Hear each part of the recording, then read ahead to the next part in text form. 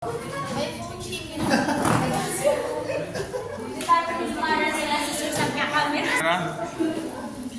introduce yourselves.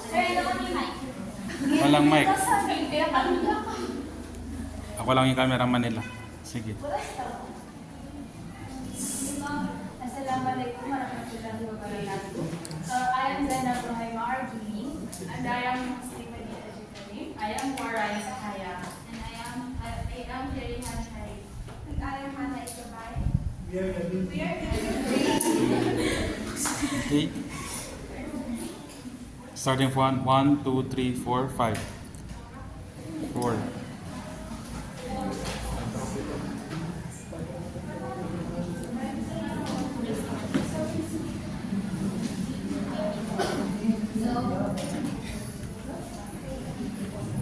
So good morning everyone, we are Group 5 and today we are going to discuss Chapter 5, the inventory model for manufacturing. So the previous reporters have already discussed the inventory model for purchasing, and they have already mentioned and discussed the economic order quantity or EOQ model, which mirrors the ideal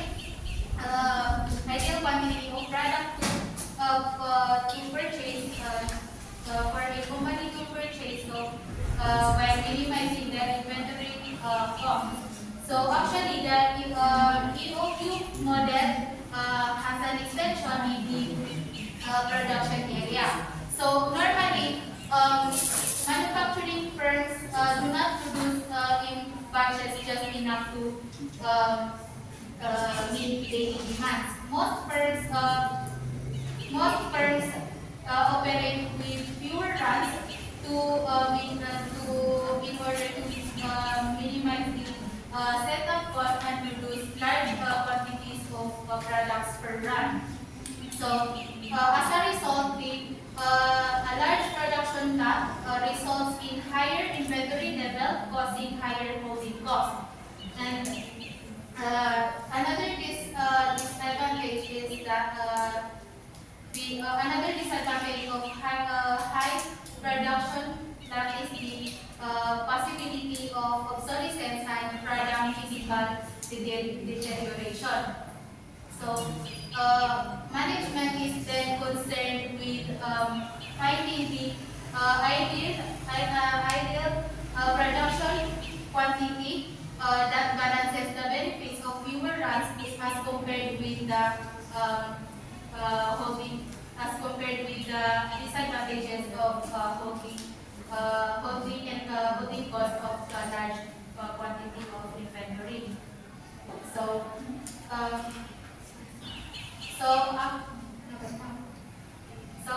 actually the ELS model has the same assumptions with the EOQ model. The first one is that the demand is constant, is low and constant throughout the period. And second is that the only relevant costs are the setup cost and the holding cost. And the last one is that this model is applied on a per item basis.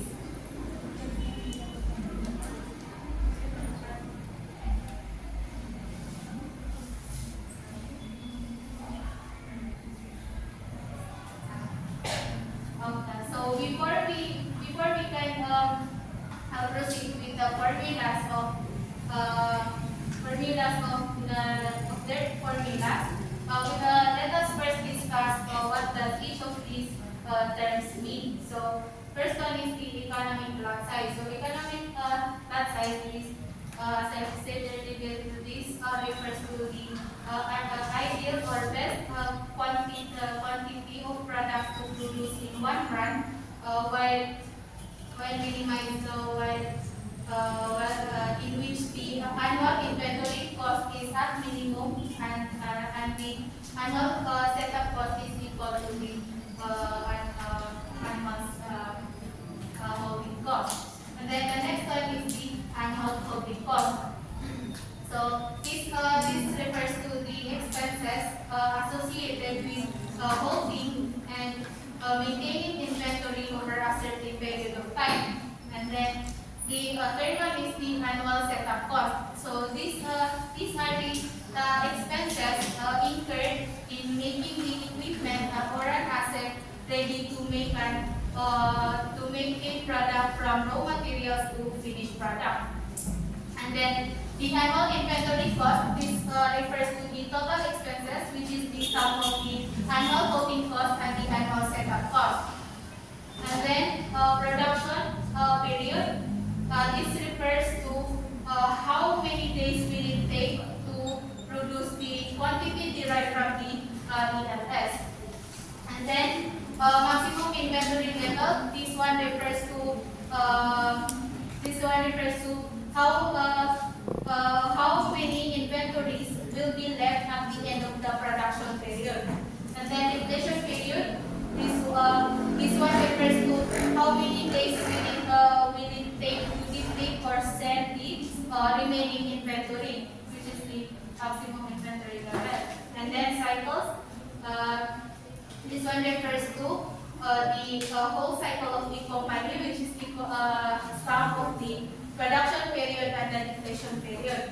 And then the last one, number of cycles in a year. This one is already self-explanatory. It refers to the how many production runs will the company do in a year.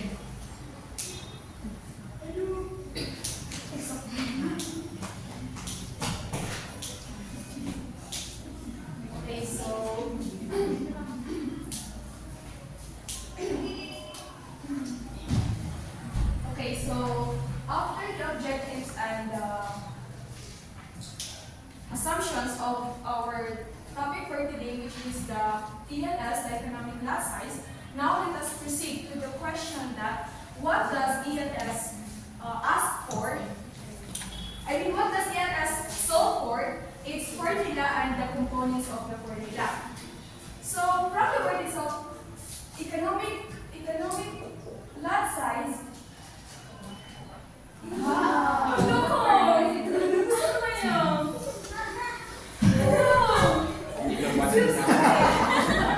Sino nagsulat? Caught on camera. Pagigamit to para erase yan. Ito naman. Paano na natin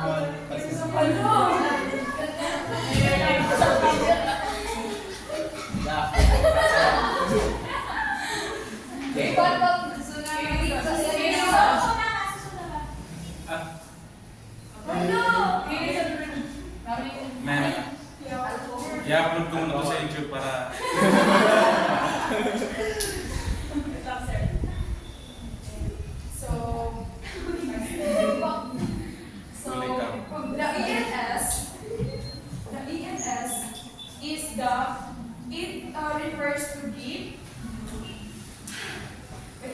The ELS refers to the units how many units can the company produce. Yun ang meaning natin sa ELS. So, take note na yung topic natin, actually yung ELS at saka yung EOQ at saka yung ELS, they have a lot of things in common. Pero take note, marami pa rin pagkakaiba kasi ito kasi inventory level 4, ay dito, inventory level 4 purchasing, dito, manufacturing. So, ibig sabihin, di ba yung EOQ, we have Q is equals to, di ba ganito siya?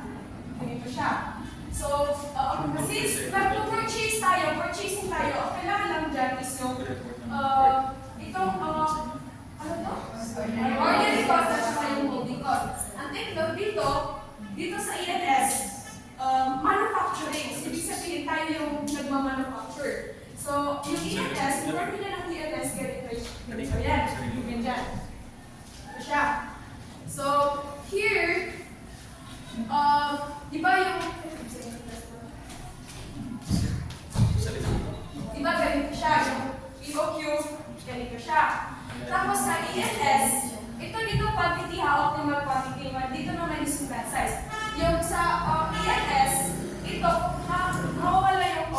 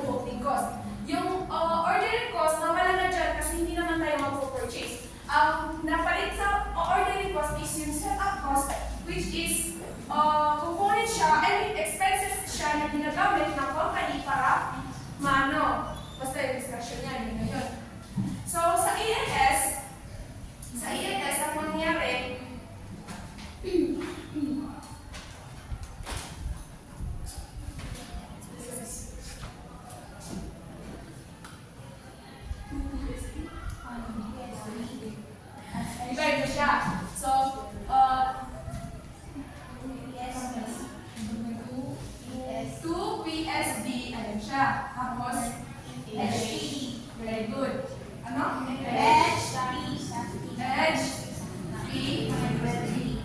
Yan ba yan? Okay, good.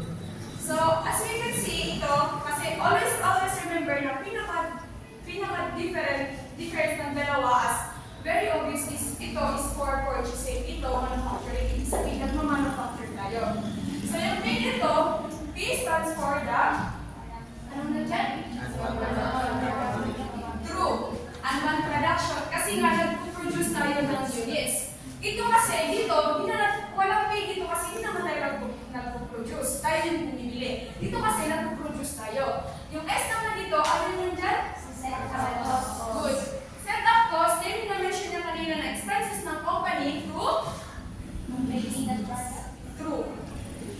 And then, yung din naman dito is yung daily demand. Remember kasi, na hindi worker, for example, a company produces 2,000 units. It doesn't necessarily mean na yung 2,000 units na produce nila, yun yung demand every day. Hindi mo naman sure na yung matatapos mo is maubos agad-agad. And then yung H dito, same pa din sila ng nasa Q, which is yung holding cost. Yung holding cost, expenses ng company, kasi di ba nag-store pa din tayo ng inventory. So syempre, meron tayong holding cost. And then ito naman, production minus demand. Parang very obvious siya. Yung production, i-minus mo yung demand, ibig sabihin yung gusto ko excess. Yun yung excess ng company na nagawa nila. So,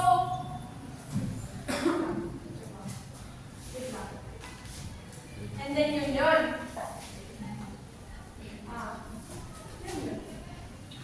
So, yun. True? True. Hindi kasi, yun.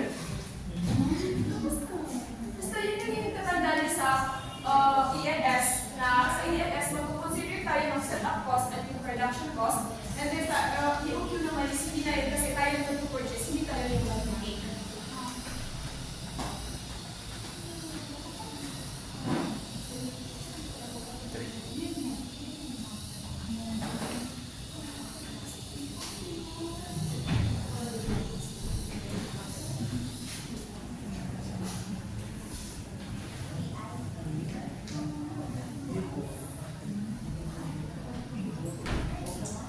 So, good morning everyone.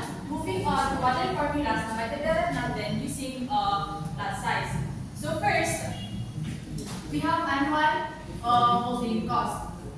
So, para hindi tayo malito, na always na lang natin calculate sa EOQ, sa formulas ng EOQ, para if ever na may nakalimutan tayo na pwede pa natin patandaan kung ano yung formula.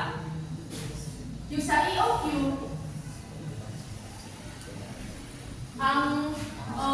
di ba ang formula niya is Q divided by 2 times yung holding cost. Sa ELS naman,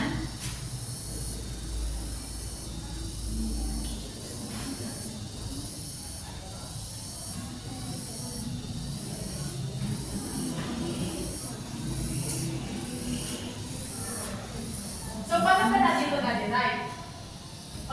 Actually, na yung difference ng EOQ at yung ELS is paano yung way na accumulation nila sa inventory. Sa EOQ kasi, na-accumulate mo yung inventory at once, while sa ELS, na-accumulate siya gradually, which will be discussed further by the next reporter. So, di ba yung inventory maximum inventory level na sa EOQ is equivalent siya sa Q star. Dito naman, as you can see, yung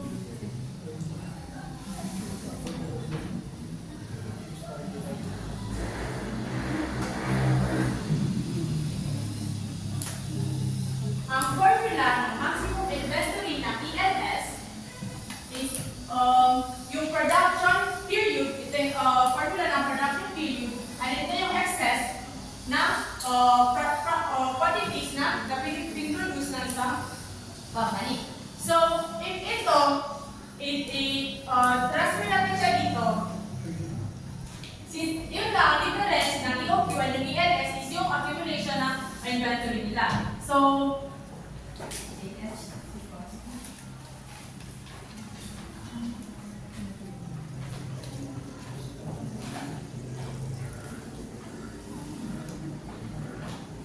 di ba, i-change natin yung formula ng inventory maximum level sa EOQ at yung inventory maximum level ng ELS dun sa Q. So, if i-arrange natin to, we will have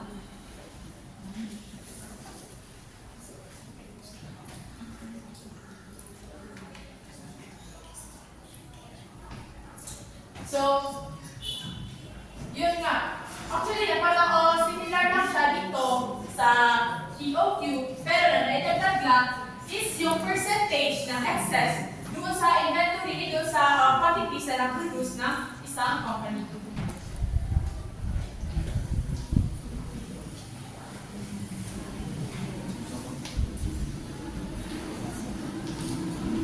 Then we also have annual setup cost, which is another significant variable ng isang manufacturing firms. Di ba sa EOQ na ang sa kanila is ordinary cost.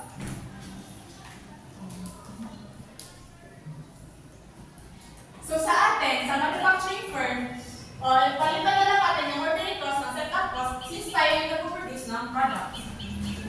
So, let us just change this Q to L and setup cost times the demand.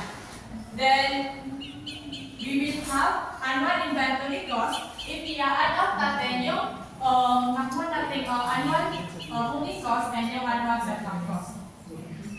Also, as what I said earlier, yung annual production period, ito yung formula niya. Yung number of quantities na i-produce ng isang company, pinoproduce ng isang company, and yung daily demand, yung daily production. So, pag makuha natin yung annual production period na, ito yung number of days na makukomplete natin yung lot size, yung total lot size. Then, sa optimal inflation naman,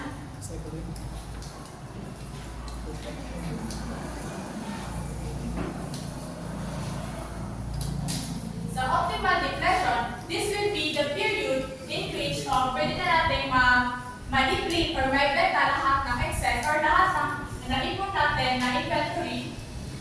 This will be the number of days in which na pwede na mauubos natin yung na-accumulate natin na inventory.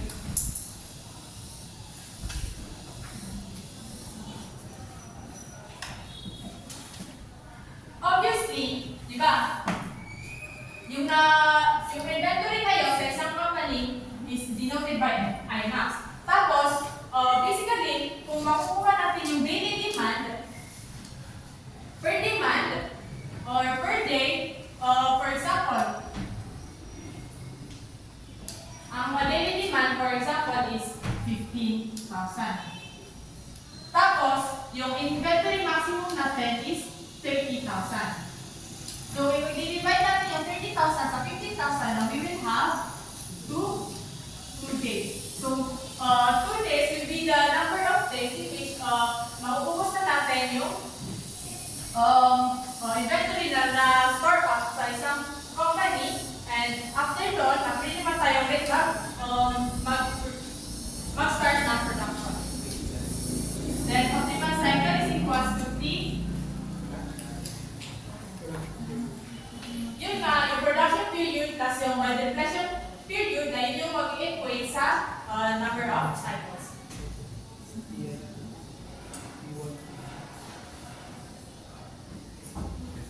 Ito naman ay yung number of runs per year, number of cycle na may incur ng isang company every year. We also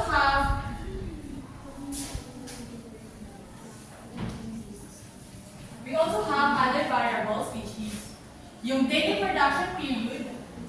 Given naman yan, if ang given is annual production period, na i-divide lang natin siya sa given na working days, or like yung sa EOQ rin, na hindi given yung working days na, let us just assign it with us 365 days. Similarly sa daily demand, is annual demand, divide na ulit natin siya sa working days, which will give us the daily demand. So, I think that's all.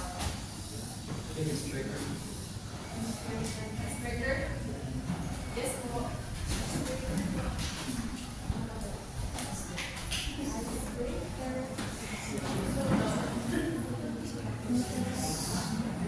Ano yun?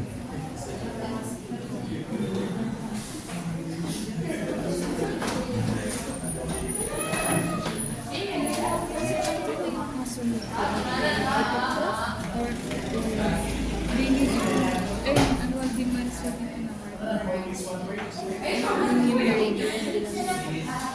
Ito? Dito Ito lang kasi dito sir, is iba. Yung dito. Yes, the famous social media and magkabaliktad no po. kailangan Ano natin sir? i-divide Susunod? Hindi. Ito na.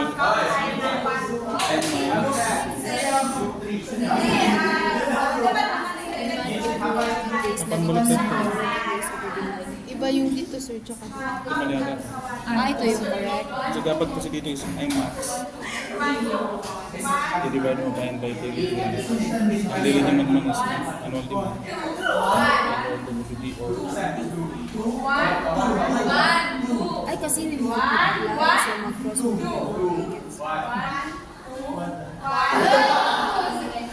Ewan sa'yo, kita na. Tingin mo sir? 1, 2, 1. Tanong niyo sir. Ito sir. Mga one sir. Thank you sir.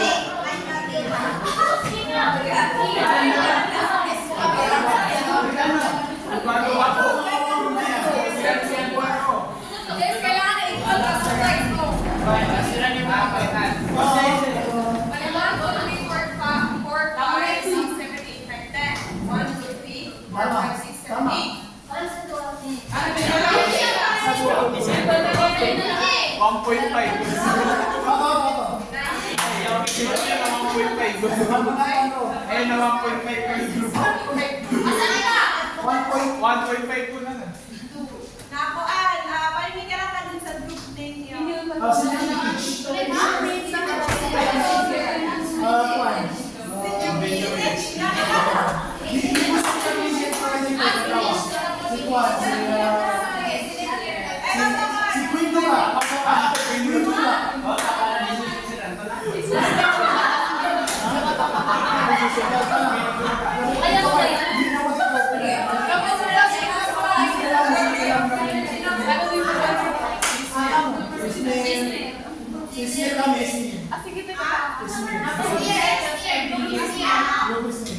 cycles.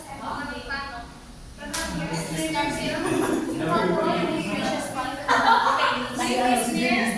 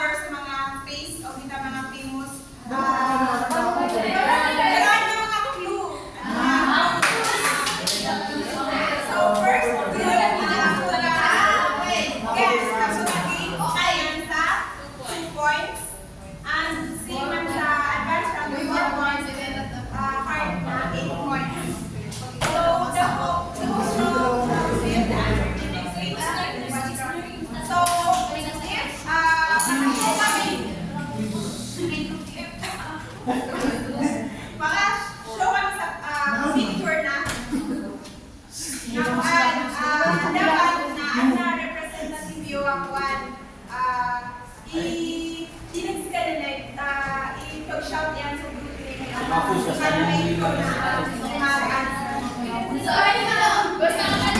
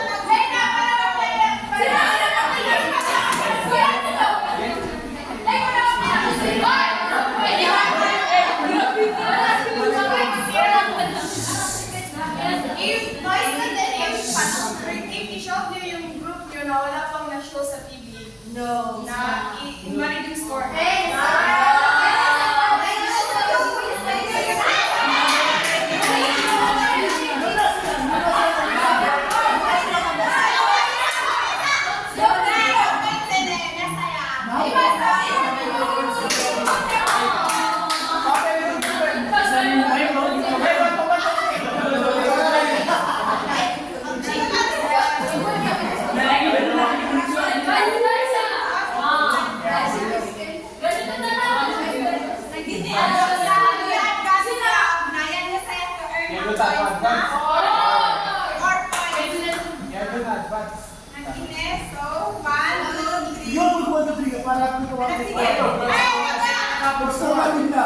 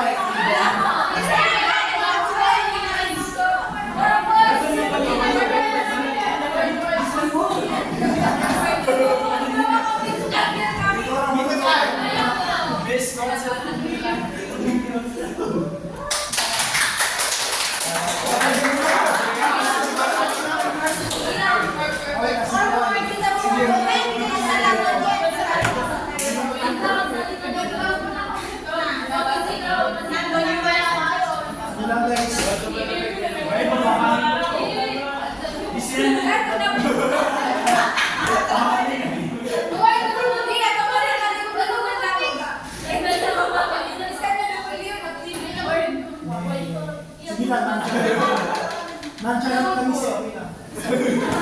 Ano na lang, may isa na mag-represent at isa po yung represent na rin. Di ba may nakatayo dyan? Tapos yung dito, kung ano yung sagot at sabihin sa kanya para hindi, Hindi pag tinanong ba niya sa tinapano?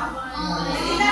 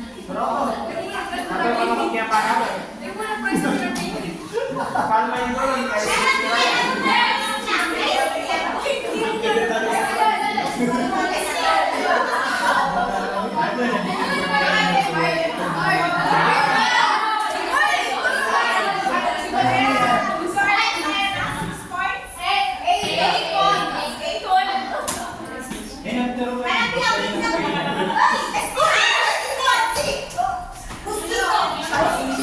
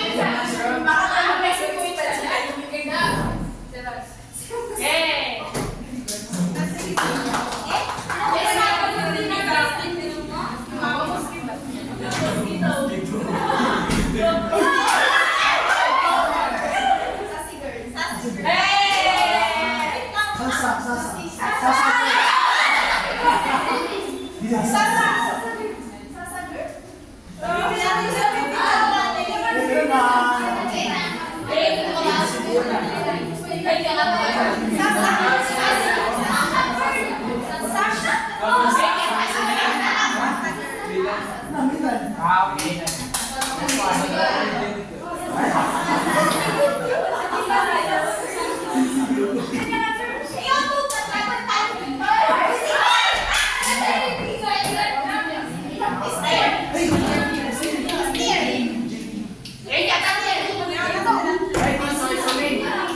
Saling. Expense rapid nila naman. Ay, ano? Ay, makakita.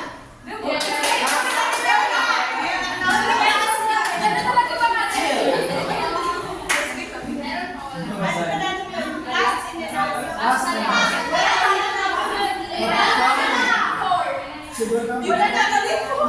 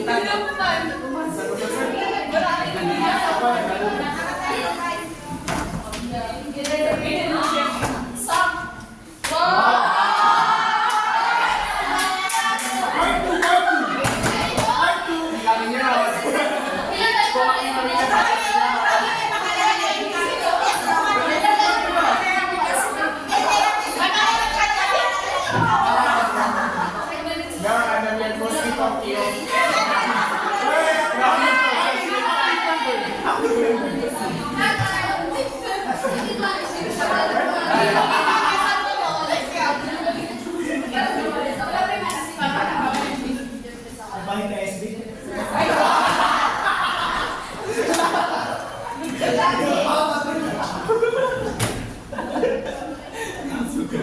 Ini si Mabuka.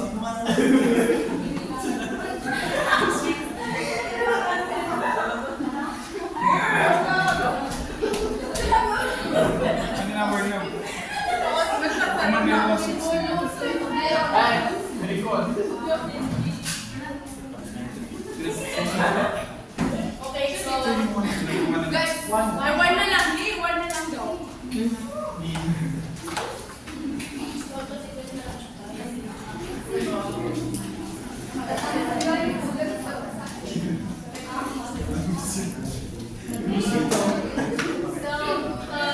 Now, para to better understand the economic lot size, let's differentiate it from the EOQ.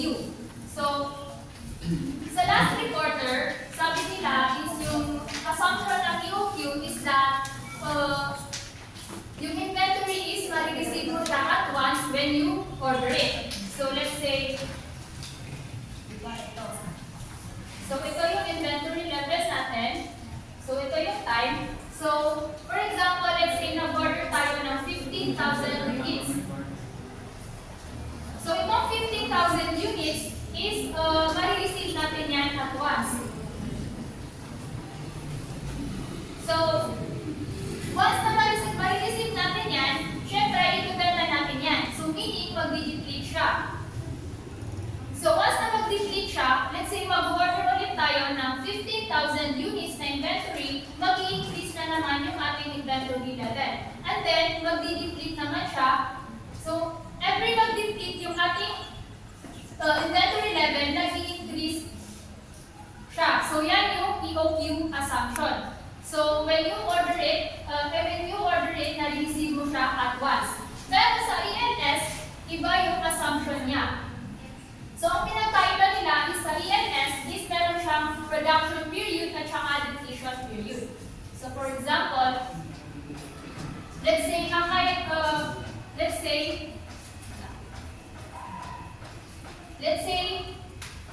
we are going to produce 50,000 units of inventory. So, L is equals to 15,000. Tapos, sabihin natin na makakaproduce tayo ng 3,000 units per day.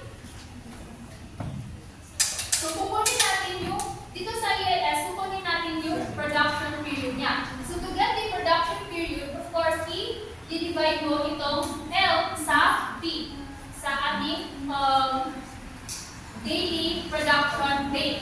So 15,000 units divided by 3,000 units, makukuha mo yung 5. So meaning, 5 days natin mag-produce yung inventory.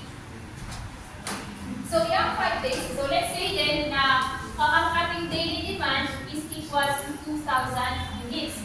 So di ba, ang napoproduce natin is 3,000 units per day. Pero ang nabibenta lang natin is 2,000 units per day. So ibig sabihin, meron tayong excess production na 1,000 units.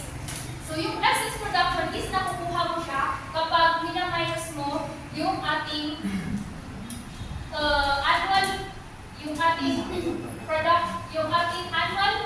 yung daily production rate doon sa ating daily demand. So di ba ito ang ating production period? So itong 1,000 units is accumulate natin yan para maubos natin siya.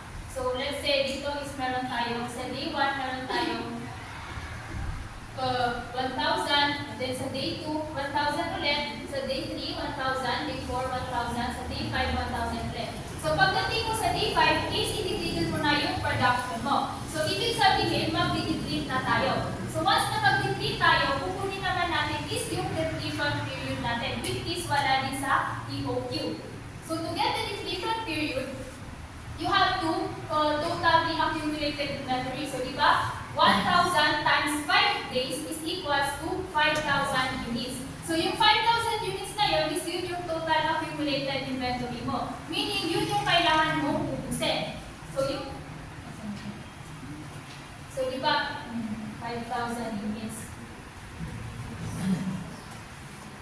So para makuha naman natin yung depletion period, itong 5,000 units is i-divide natin siya doon sa ating daily demand, which is yung 2,000. So if i-divide mo siya, makukuha mo is 2.5 days. So meaning, mauubos mo yung inventory na yon in just 2.5 days. So once na maubos mo yung accumulated inventory, saka ka lang pwedeng mag-produce ulit. So yan yung sa ELS. Paunti-unti siya, unlike sa EOQ na at once yung production. So yun yung difference ng EOQ at saka sa ELS.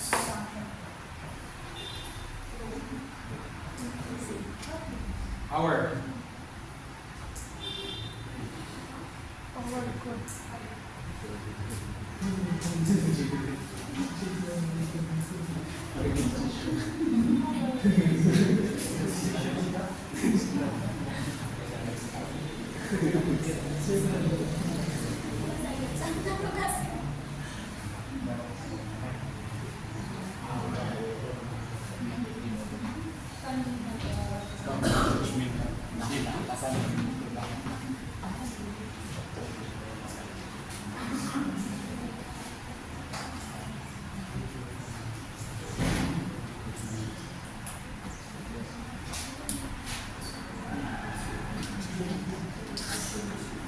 So, meron may sample problem tayo dito.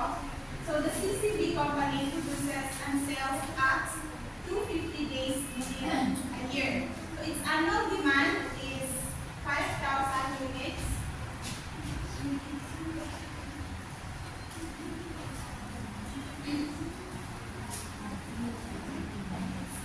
And may setup cost tayo na 200. An average holding cost na 28 pesos. And my production capacity na 7,000 units.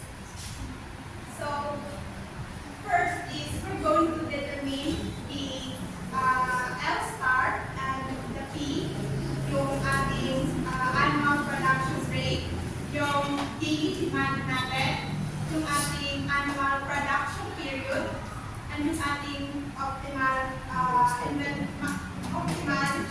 yung ating IMAX, and yung ating optimal depletion period.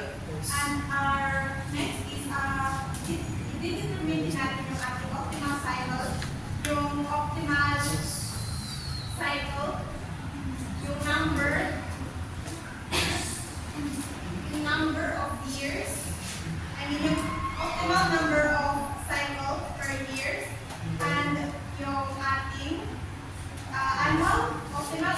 holding cost and optimal annual setup cost at yung ating optimal inventory cost. So first is ang ating result is yung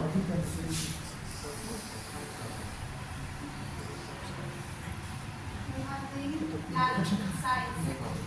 So ang formula ng ating lot size, yung optimal lot size ay so, yung ating annual production capacity is 7,000 units. And yung ating setup cost ay 200. And yung ating annual demand is 5,000. Over yung ating holding cost na 28. Then ita-times natin siya dito sa ating annual production capacity na 7,000. Ma-minus natin yung ating annual demand na 5,000. So, if i-compute natin ito is makakakuha ang ating optimal lot size ay 500 units. So, pagkatapos natin makuha yung ating optimal lot size is, ang susunod natin na kukunin is yung yung daily production rate. So, para makuha natin yung ating daily production rate is, i-divide natin yung ating annual production capacity na 7,000 sa ating working days. So, ang working days dito is 250 days. So, 5,000 divided by 250 equals to 20 units. So, next is, ang kukunin naman natin is yung ating optimal production period. With 8 minutes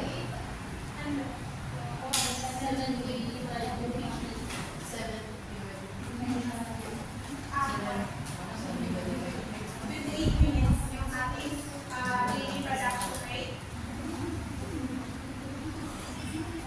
So, ang kukunin naman natin yung ating daily demand, which is makukunin siya kung i-divide natin yung ating annual demand na 5,000 sa ating working days na 250 and makukuha natin yung ating daily demand na 20 units. So next is yung ating optimal production period na makukuha natin yung ating optimal lot size is i-divide natin sa ating daily production rate na 28. So, makukuha natin yung ating production period which is 17.26 days. And yung optimal inventory, yung optimal maximum inventory naman natin is makukuha natin siya is yung ating annual production capacity na 7,000, mamayos natin yung ating annual demand na 5,000, then ina-times natin yung ating optimal lot size which is 500, then i-divide natin yung ating annual production capacity na 7,000. So, makukuha natin yung ating optimal maximum inventory na 142.86. So,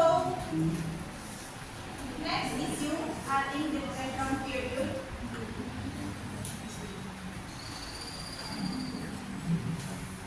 So, para makuha natin ito, is yung nakuha natin na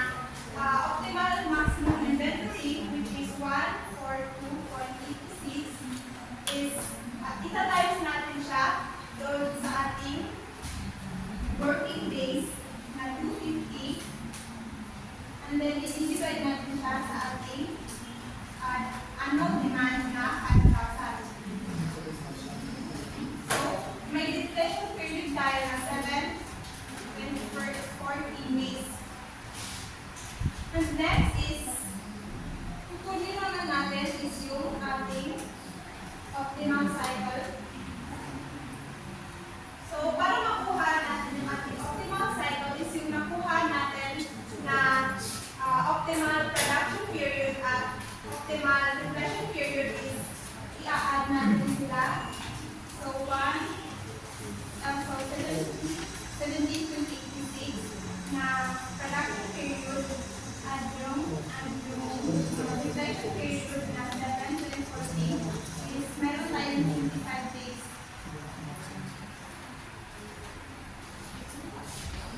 So next is kukunin natin yung numbers of cycles in a year. Makukuha natin siya if i-divide natin yung ating annual demand na 5,000 sa ating lot size is 500. Kung meron tayong 10 runs of production run. Or pwede din masasolve natin itong N star natin using this.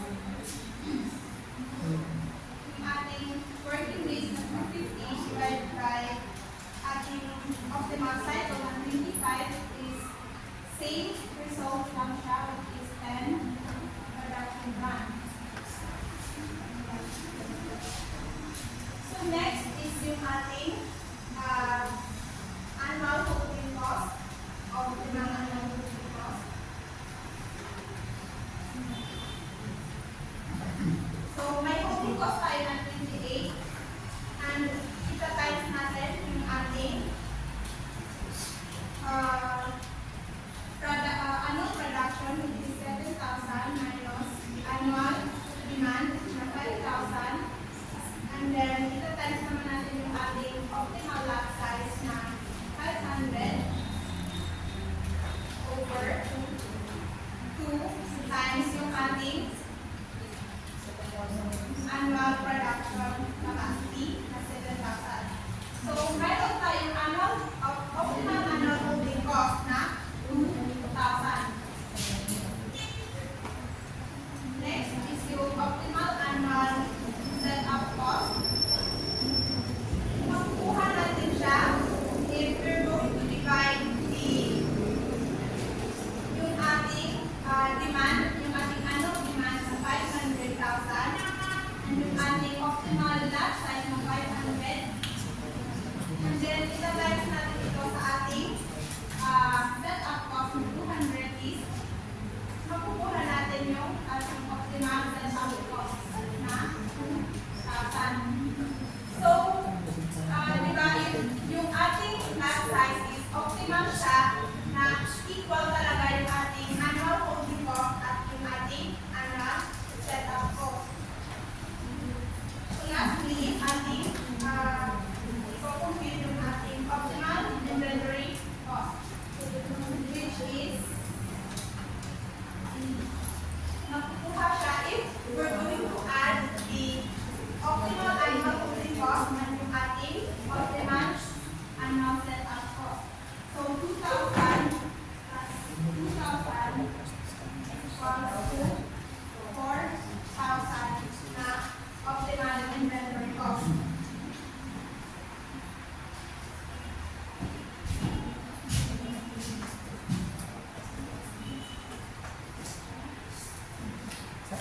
Basta? Yun pa yung sample para using PLS. Okay, let's have seat work na. Before that, sama kayo sa lang. So, kita naman learning please. Basically, para seat work, you submit that. And then, i-check kayo ng mga reporters. Right? Kasi may meeting kami. Let's go, no? Okay lang ba? Yes, sir. Parang nag-iisip na ng mga nito?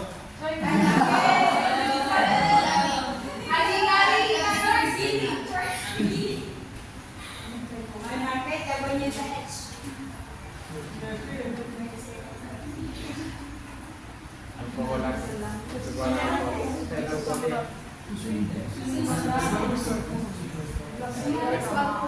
Anybody project yung problem 1 sa exercises? Problem answer. Kailan? Saan ka ba? Sa libro. Saan? Kailangan ko meron dito. Dapat na? Sek, saya. Putok. Okay. Bangon.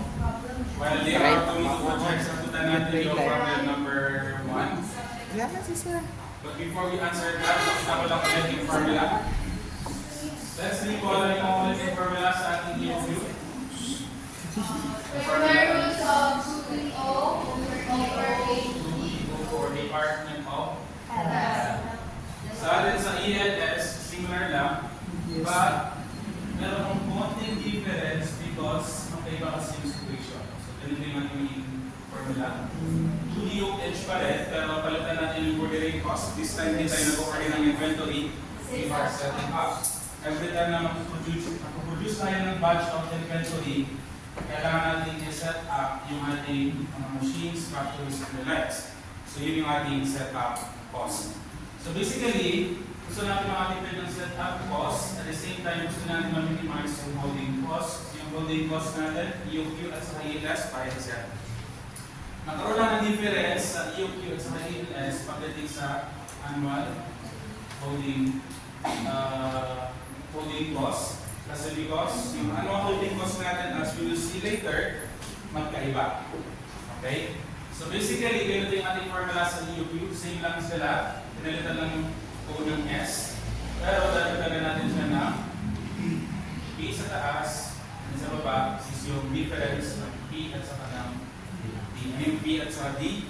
Ito yung excess production. So halimbawa sa isang taon, ang kaya i-produce ng ating mga machines ay 100,000 units. Ito yung kanilang capability.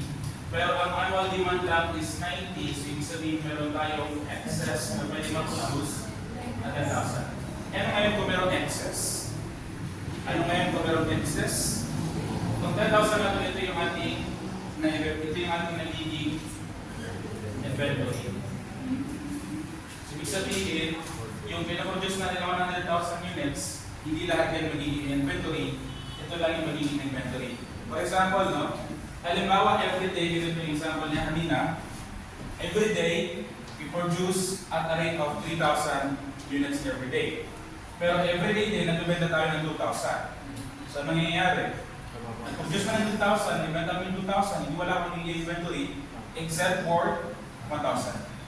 Itong 1,000 natin, hindi magiging inventory natin kasi hindi pa na-ibenta. So, everyday, kung sobra yung produce mo, during the production period, mag-accumulate itong 1,000 pesos o 1,000 units. Tataas yan, ma-accumulate yan every day you produce, mag-accumulate until matapos yung production of the batch. Itong batch na ito ng 15,000 units. Pag natapos yan na-produce within 5 days, titigil na tayo mag-produce. Okay? Kasi tapos na natin yung 15. Ang tanong mo, start na ba tayo agad ng production? Hindi mo na. Bakit? Kasi meron pa tayo na naipon ng inventory totaling to kung 5 days tayo nag-produce at everyday meron tayong sobrang ng 1,000, hindi 5 days times 1,000 units. Within 5 days, may naipon tayo na inventory na 5,000 units. At ito yung ating inventory na i-deplete or ibebenta muna natin itong 5,000 units, ibebenta muna natin within the depletion period. So pag naubos na yan, tulad sa EOQ, pag naubos na yan, saka na naman tayo magsisimula mag-produce, pero when we produce again, we produce at a rate of 3,000, pero binibenta natin yung 2,000, 1,000 na yung natitira. So as you produce, mayroon kang sobra, so palaki ng palaki yung ating level of inventory, pag natapos na yung ating production, titigil na tayo mag-produce, and then ibebenta muna natin yung naipon natin na inventory, then pag naubos yung naipon, produce na naman. So as you can see, ang difference is kung kanina sa EOQ, kung magkano yung ating quantity na in-order natin, ganun din yung ating maximum inventory. If you remember, maximum inventory is equal to sa EOQ. Diba may formula siya doon, I max, tapos equal siya sa Q. ganun sa IPOQ. Pagdating sa ELS, yung IMAX natin is not equal to the lot size. But what? Bakit? Kasi yung lot size natin, di ba, kung halimbawa ang produce natin na batch ay 15,000 units, lahat ito magbebenta except for the excess. So, mangyayari is, yung ating maximum inventory is equal to the lot size na halimbawa 15,000 multiplied by the excess percentage. Ano yung excess percentage? Yung sinasabi yung kanina na hindi na ibenta. Yung naiipon natin na invented which is 1,000. Kung pupupitin natin magkano yung excess percentage, kung napoproduce natin within production run is 15, within the production run is 15,000, or let's say with kasi yung production na pag-pintin natin ito log, 3,000 yung kaya natin i-produce every day, tapos ang sobra na ating napoproduce is 1,000. So divide natin yung 1,000 by 3,000, magkano to? Iba zero ba yan? 333. So ibig sabihin ang ating maximum inventory is not equal to the lot size but the 33.33% of the lot size. Parang ganito. Ang ating maximum inventory is 15,000 times 0.333, or this is exactly yung ating 5,000 units. So ganito yung ating difference. Ang difference kung sa EOQ, maximum inventory is kung magkano lahat yung in-order natin every time that we make order. Sa ELS, hindi gano'n.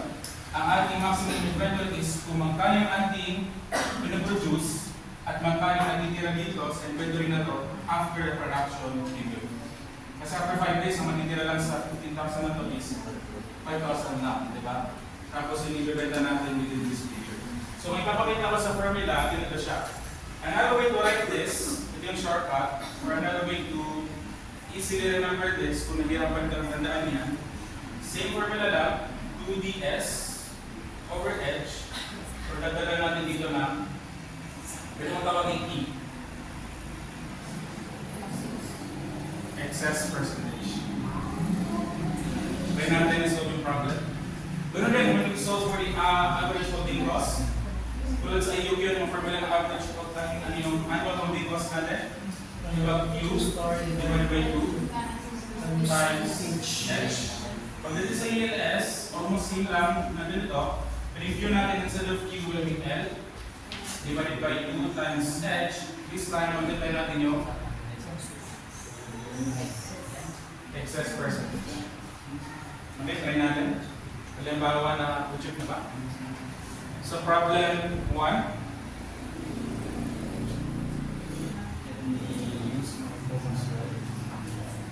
Let's say problem 1, yung mga i-list down yung mga given. So problem 1 yung first given.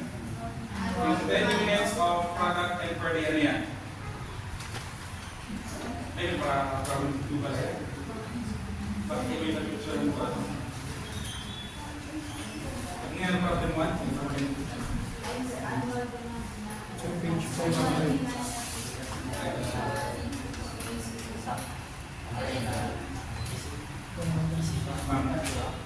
Problem 2 na lang tayo kasi Pinagdalo ko siya.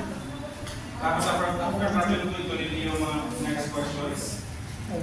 Let's say proceed tayo sa problem 2. So, Ano yung 10 units of product 10 per day? Ano yan? Production capacity per day. Let me denote that by small letter P. 10 units per day. Ano pa yung given na next? Working days, 250 days. Saan ito magagamit? When you are going to compute for the daily demand, kailangan natin na working days. So, 250 days. Ano pa yung given? Setup cost. So, setup cost natin will be 2,000 pesos. And then, binigyan din tayo ng average holding cost, which is H, equal to 30 pesos. The company sells 1,500 units of product M each year. So, ano to? Annual demand, which is 1,500 500 units. Tapos, ano pang binigay? Wala na. So ngayon, pwede mong gawin is mag-compute tayo ng ELS. I-plug mo lang yung formula na to, or pinakamadaling formula, pinakamabilis siguro would be kumit natin kung makaling daily demand. Daily demand, kung annual demand is 1,500, ang working days is 250 days, ibig sabihin ang average daily demand ay 6 minutes. Days units per day? Okay, so madali na natin makompute yung sinasabi ko kanina na excess percentage. Ilalagay mo ng percentage. Ano yung excess percentage natin? So, ang napoproduce natin ay 10, tapos ang daily demand natin is 4, magkano yung excess? 4. So, ibig sabihin 4 over the production. At then, ilan yung ating excess percentage? 40%. So when you are going to compute for the ELS, parang same lang sa EQ, parang same lang sa EOQ, ELS, pero meron tayo excess percentage. Tingnan natin. 2 times annual demand na which is 1,500 times setup cost which is ordering cost sa EOQ 2,000 tapos divided by the holding cost, same lang sa EOQ sa ELS, 30 pesos. Tapos yung 30 pesos natin ito, i-multiply natin by excess percentage in 0.4. I guess if you compute for this, ang lalabas ay how much? How much is the ELS?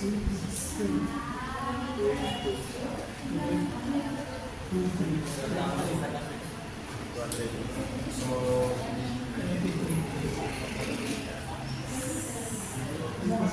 Sabi ko kasi hindi ako itong nibig yun. Ba't na? Hindi mo kayo sabi ko rin. tama ba? 11.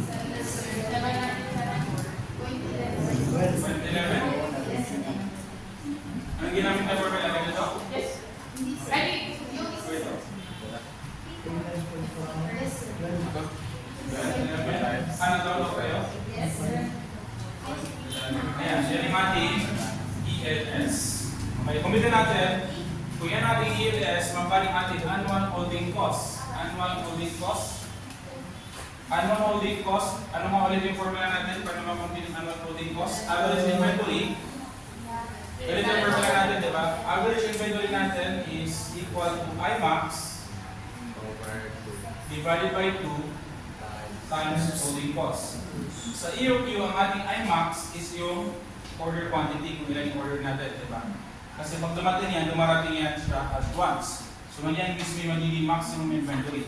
Pagdating natin sa production, ang ating IMAX is not necessarily the lot size, but the excess of production. So, 50,000, magkano yung sobra niyan, yung hindi pa na-ibenta within the production. So, mamultiply natin ito by the excess percentage. So, parang ang ating IMAX, pagdating sa, kung sa EOQ, ang ating IMAX is equal to Q, parang Q lang siya divided by 2 times H.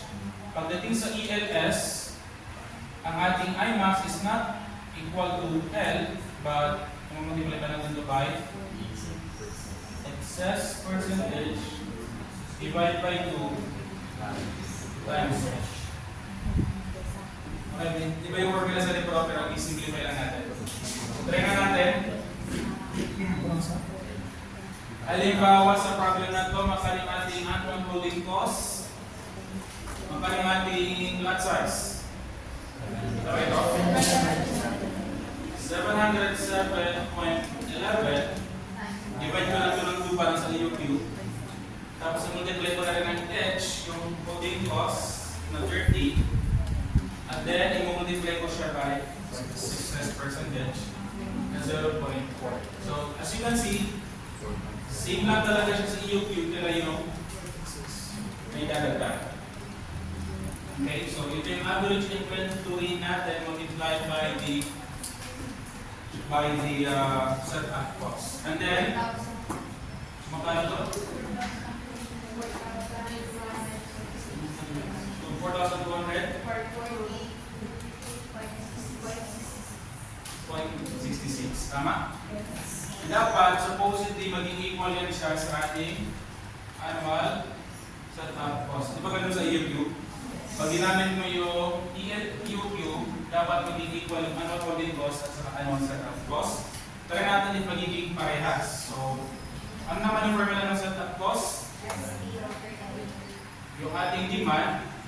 Tama? Tapos, ilan yung ating lot size na pinaproduce natin every time we start our production. So that is L multiplied by S. So same lang yan sa EOQ. Sa EOQ is demand divided by Q times O. So this time S, kasi yung ginagamit natin is setup cost. So we have demand. Ang demand natin is 1,500. Divide natin by L, which is 707.1 times the setup cost na 2,000. Parehas ba? 424. Kasi kung magkaiba lang because of rounding up. Ito ang mabas? Yes, sir. So may counting difference na pero parehas lang yan. So 4,242.62. Nagkaroon lang ng difference because of rounding up. Yan lang. And then, ito naman actually yung hina-highlight natin, yung annual holding cost at sa annual setup cost. Pag ginamit mo yung ELS, that this will be minimum. So, ibig sabihin, pag tinotal mo ito, ang total ng ating inventory cost, ano yung sintawag na dito? Annual total inventory cost. So, tinanong ka naman sa annual total inventory cost, ito naman yung total ng dalawa. Yung annual holding cost at saka ng annual setup cost, so lalabas yan ng 8,400.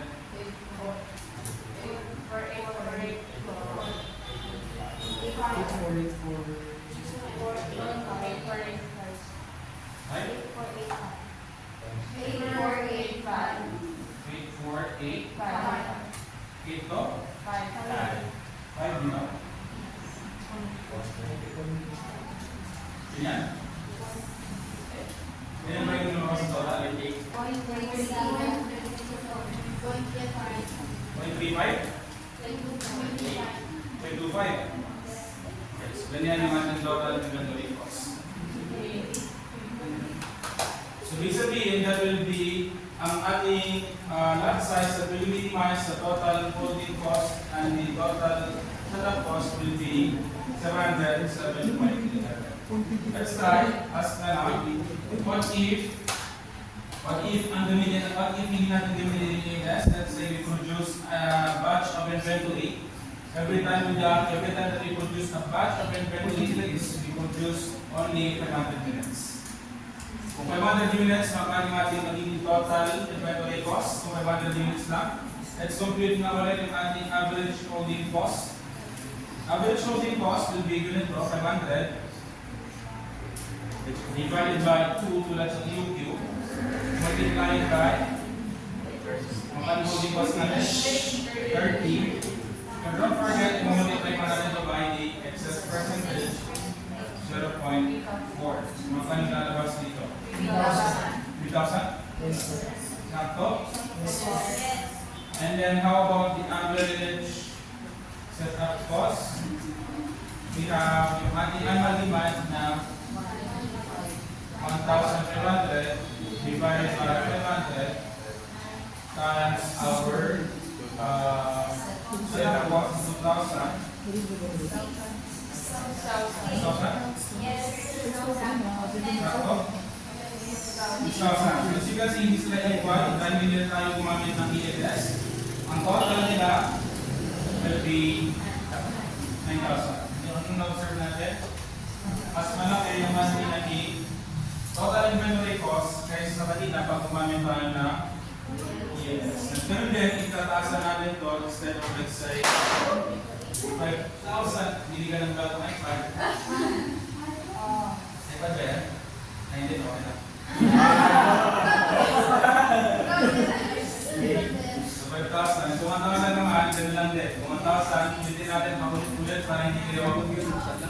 Sige, okay, mag-memorize na formula, hindi nila. Kung 1,000 yung ating lot size, 1,000 yung ating lot size, ano yung ating annual holding cost? Divided by 2 So, times. 1,000 Divide 2 divided by 2 para sa UQ.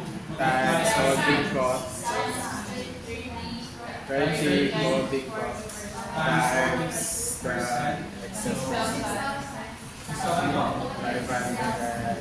Tapos yung annual setup cost natin will be Per month over 1,000 times the 2,000. 2,000. 3,000 na naman. Para nabaliktad na naman this time. Ang total ng kanilang inventory cost will be 6,000. 6,000.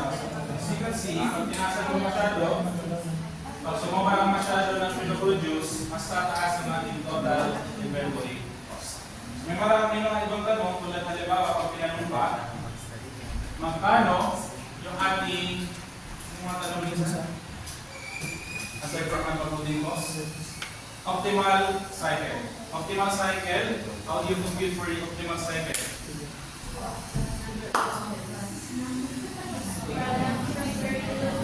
Dalawa yung binigay niya. Try natin yung compute. Kailangan na natin compute yung production period siya. Production period. Gaano katagal natin mag-produce yung lot size? So halimbawa, in our example, ang lot size natin, 707.11. Gaano natin ito katagal matapos? I-divide natin by the daily production rate. Tama ba? Then, so ibig sabihin, matapos natin siya, yung ating production period, T1 pa lang tawag na dito. Ang tawag na sa libro is T1, tama?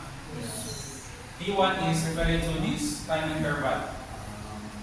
Time interval or time 1 yung production period natin. So ang sabi dito is yung ating lot size L divided by production per day. So this is equal to 707 when 11 divided by 10 should be 71. Tama. So ang ating production period is 17.711. So hindi pa tapos yan. Production period lang yan. Meron pa tayong depletion period. How about depletion period dito? So depletion period, ilan yung ating naiipon na inventory o maximum inventory? Tama? So kung ano naiipon natin na inventory 5,000, so ilan days natin magtapos yan? So 5,000 divided by daily demand. So makano yung ating maximum inventory? Ang formula is Imax, the maximum inventory divided by 2. Tama? I mean divided by the daily demand. Yan ang ating Imax. Ang Imax natin is again equal to the lot size multiplied by the excess percentage yung natitira divided by the daily demand. Ito yung Imax. Tama? Kumbaga kung dito kanina, 50,000 times 0.33 ang naging Imax natin, ang maximum inventory natin ay 5,000. So in this example, ang lot size natin ay 707.11 times 0.4% divided by the daily demand, that's 66. So therefore, ang ating T2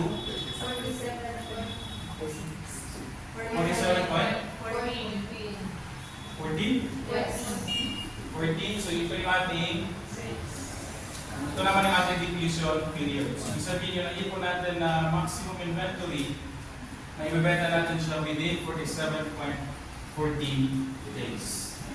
Tinatry ko lang kanina kung parehas ba. I guess, baka may total ito? May total na.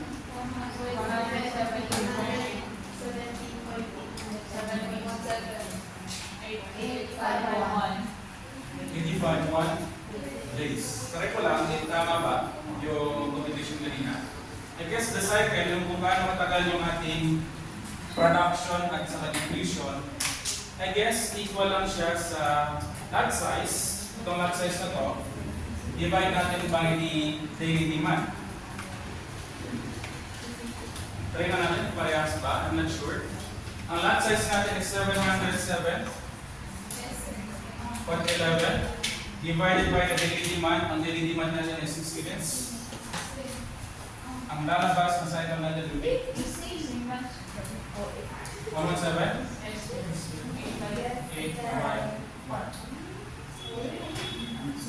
Bakit nga pala parehas? Ano pala yung cycle? How do you understand cycle sa discussion sa iyo?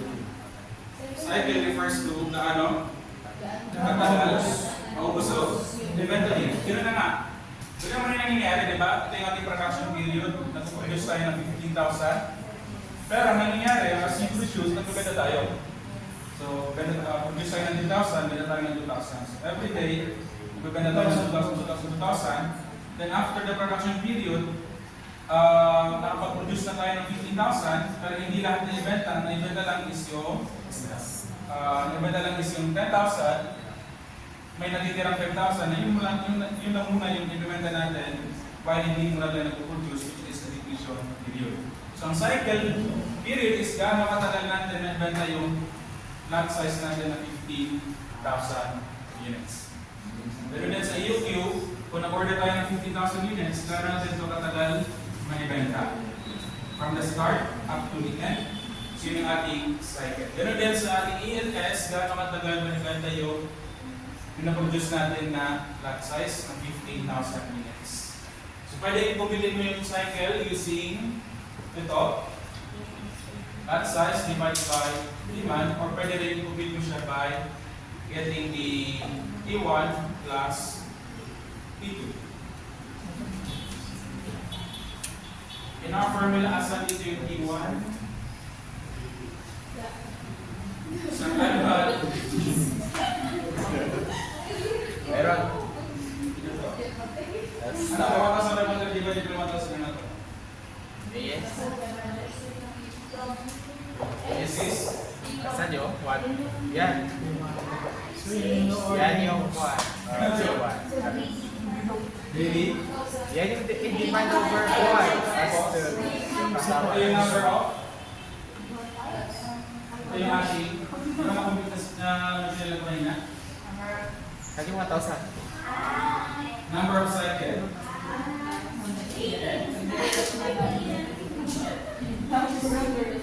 So, ang number of cycle naman in a year is basically the annual demand divided by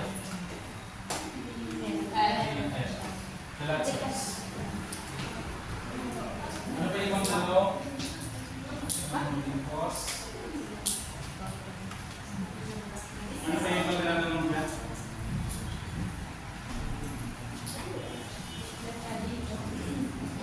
okay na tayo dito.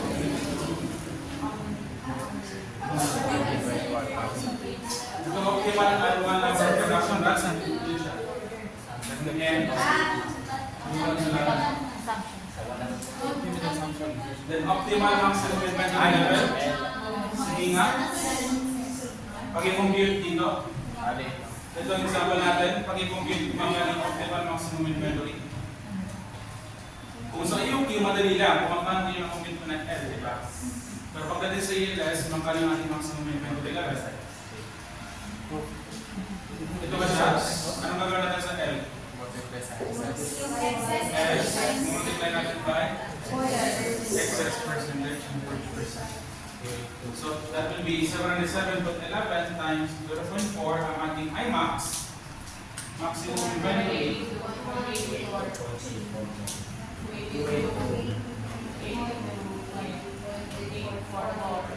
Yan.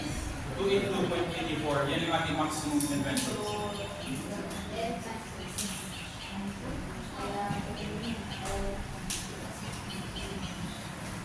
Daily demand, daily lang yan. Optimal production period.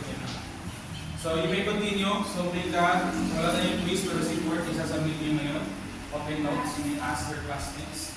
Pag-isagutan yung question number 3 until 6. So pag-isubmit, kasi yan yung mag-serve na attendance ninyo today.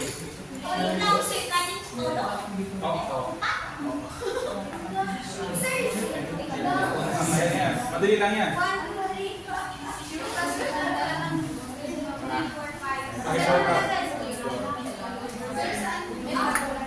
Yellow pa. Ay, wow, nako-order.